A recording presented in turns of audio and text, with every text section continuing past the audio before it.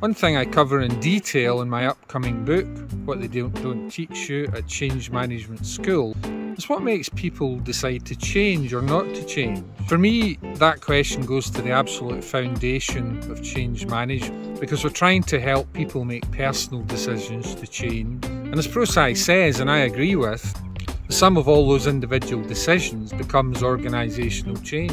So it's about the individual.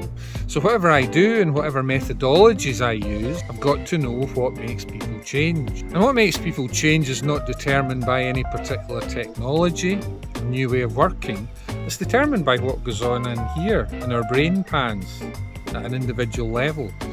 And that means the baseline of all change management, for me at least, is self-determination, sometimes known as self-determination theory, or SDT.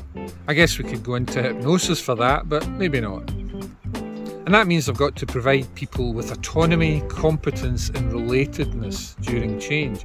And in the book, I go into detail on what for me are the 31 key elements of self-determination. So I show how to apply these practically during a live change program.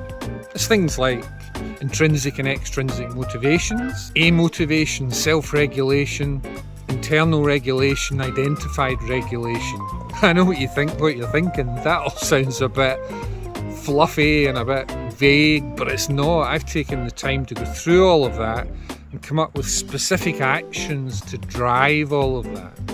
And the great thing is, it all aligns perfectly with the innovation decision process that humans go through during change, which ProSci call ADKAR. So if you want to know more about that, look out for the book. It's launched in a couple of weeks or so. Hope that helps.